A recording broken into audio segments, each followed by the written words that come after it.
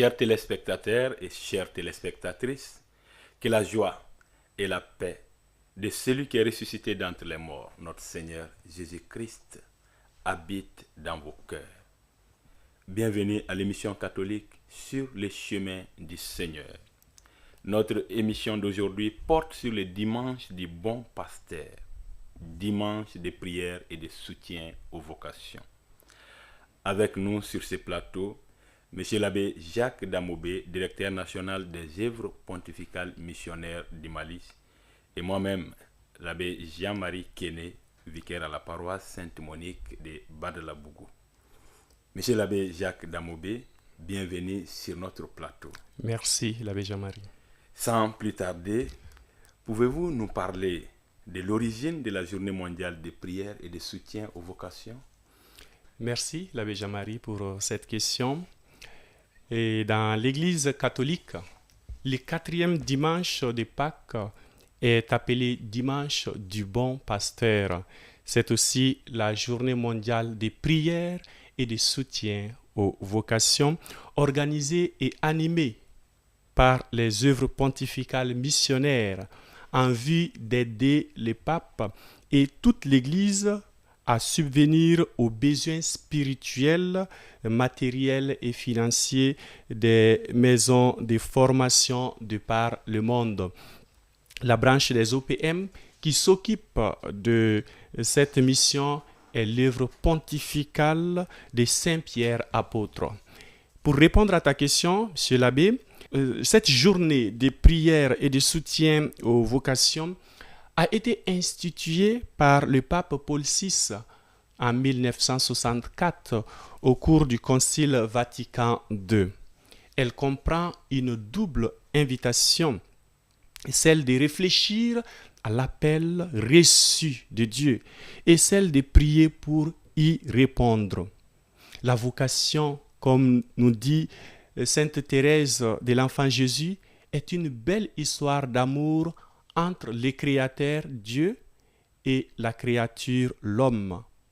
C'est Dieu qui appelle l'homme à l'amour, l'amour qui est la vocation fondamentale et innée de tout homme, car le Créateur lui-même est amour. Dès sa naissance, chaque personne est destinée à la béatitude éternelle, les ciels. Dieu crée chacun avec un but, avec une mission. Cette mission est ce qu'on appelle vocation selon les catéchismes de l'Église catholique. La journée de prière et de soutien aux vocations se base sur la parole du Christ dans l'évangile de Saint Luc au chapitre 10, verset 2. La moisson est abondante, mais les ouvriers sont peu nombreux. Priez donc les maîtres de la moisson d'envoyer des ouvriers à sa moisson. Les jours choisis pour sa célébration fut le 4e dimanche de Pâques, le dimanche du bon pasteur, comme pour implorer l'unique et bon pasteur de l'Église, le Christ Jésus, de donner des pasteurs selon son cœur à son Église. Voilà ce que je peux dire très brièvement sur l'origine de la journée mondiale de prière et de soutien aux vocations. Merci, monsieur l'abbé, pour cet éclairage historique. La moisson du Seigneur abonde, mais les ouvriers sont peu nombreux. Priez le Maître d'envoyer des ouvriers à sa moisson. Priez le Maître d'envoyer des ouvriers à sa moisson. Monsieur l'abbé, la journée mondiale de prière et de soutien aux vocations est aussi le dimanche du bon pasteur. Jésus se présente en nous comme le bon berger qui donne sa vie pour ses brebis. Alors, cela donne quelle implication, quel enseignement à nous, fidèles aujourd'hui? Pour mieux comprendre les paroles du Christ, je nous invite d'abord à écouter l'évangile de Saint Jean au chapitre 10, versets 11 à 18.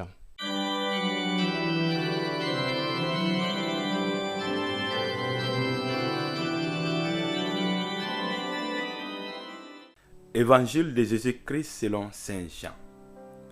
En ces temps, Jésus déclara, « Moi je suis le bon pasteur, le vrai berger qui donne sa vie pour ses brebis.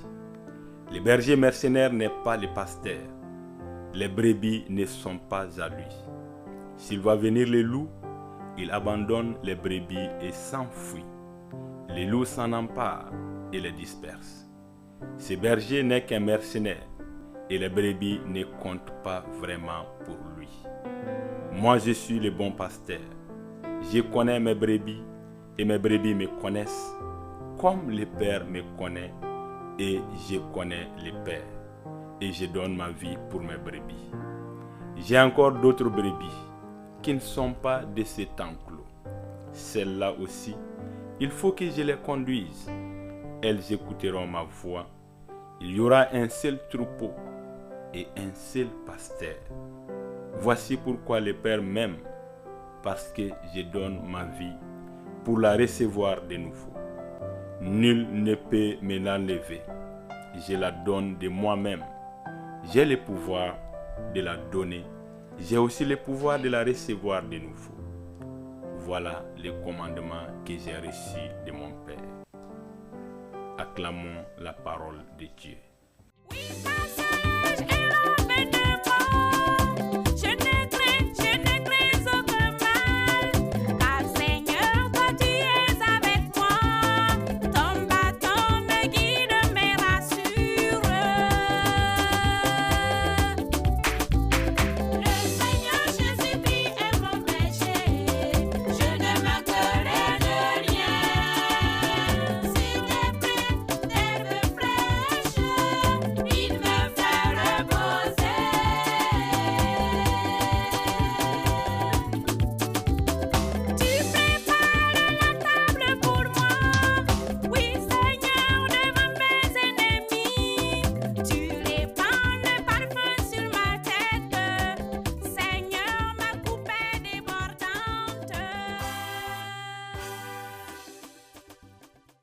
Cette page d'évangile que nous venons d'écouter nous enseigne trois choses.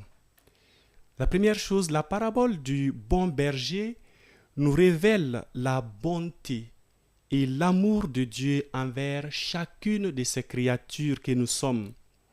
Le pasteur éternel, lent à la colère et plein d'amour et de miséricorde, il cherche la brebis égarée, soigne celle qui est blessée, réconforte celle qui est découragée, pour reprendre les paroles du prophète Ézéchiel, et va jusqu'à donner sa vie pour qu'aucune ne se perde. Le bon pasteur tisse aussi une relation originale et personnelle avec chacune de ses brebis. « Je connais mes brebis », nous dit-il. Il s'agit là d'une connaissance ontologique et non spéculative. Il connaît chacune par son nom, par son être profond, lui qui scrute les cœurs et les reins. Il connaît les faibles, il connaît les forts, il connaît les blessés, il connaît aussi les meurtris. Nous le savons, la connaissance conduit toujours à l'amour. Chaque brebis est aimée d'un amour unique et personnel. Il ne laisse aucune dans les ravins de la mort, car toutes ont du prix à ses yeux. Enfin, les bons bergers affirment aussi « Mes brebis écoutent ma voix et elles me suivent ».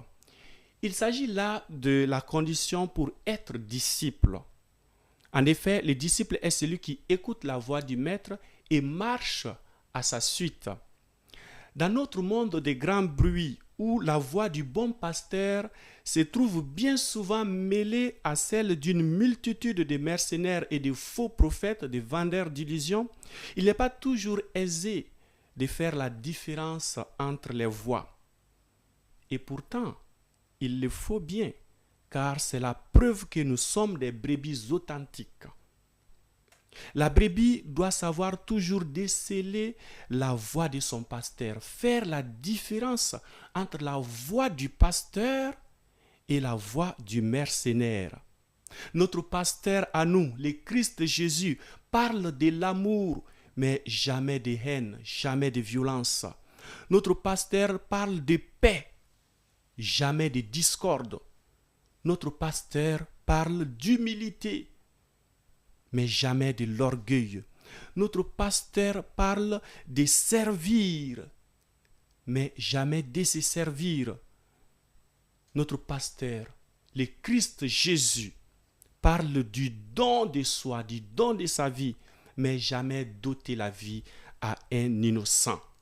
Voilà la voix du pasteur qu'il faut différencier de la voix du mercenaire. C'est vrai que certains mercenaires pernicieux se cachent derrière les mots doux du bon berger pour nous attirer dans leur enclos satanique. Mais vigilance, c'est par leur comportement que nous les démasquerons. Oui, bien-aimés de Dieu, la voix du bon pasteur est encore audible dans notre monde aujourd'hui. Elle se fait entendre d'abord dans la Bible, la parole de Dieu. Aussi dans l'Église et sur les lèvres de ceux qu'il a choisis comme intendants de ces mystères, c'est-à-dire les évêques, les prêtres, les diacres, les personnes consacrées, tout baptisés. N'attendons pas que le bon berger descende du ciel pour nous parler. Sa voix résonne encore dans la voix de l'Église et dans celle de tout homme de bonne volonté. Saurons-nous l'écouter? Nous l'espérons. Monsieur l'abbé, merci.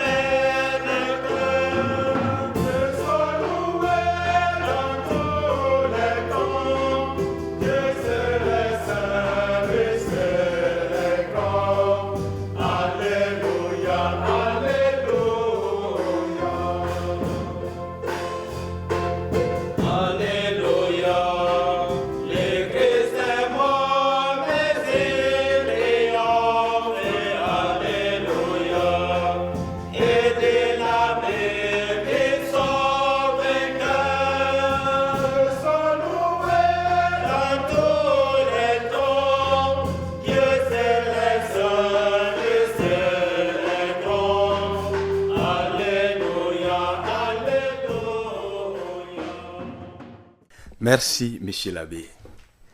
Et les crises nous font froid au dos, mais vous avez fini avec une parole d'espérance. L'Église ne manquera jamais de vocation. Merci pour cette parole d'espérance. Merci. Quel est ce que l'Église demande concrètement à ses fidèles, aux personnes de bonne volonté, en cette journée mondiale de prière pour les vocations? Deux choses. Les soutiens spirituels et les soutiens matériels. Les soutiens spirituels se résument en la parole du Christ dans Luc 10, verset 2.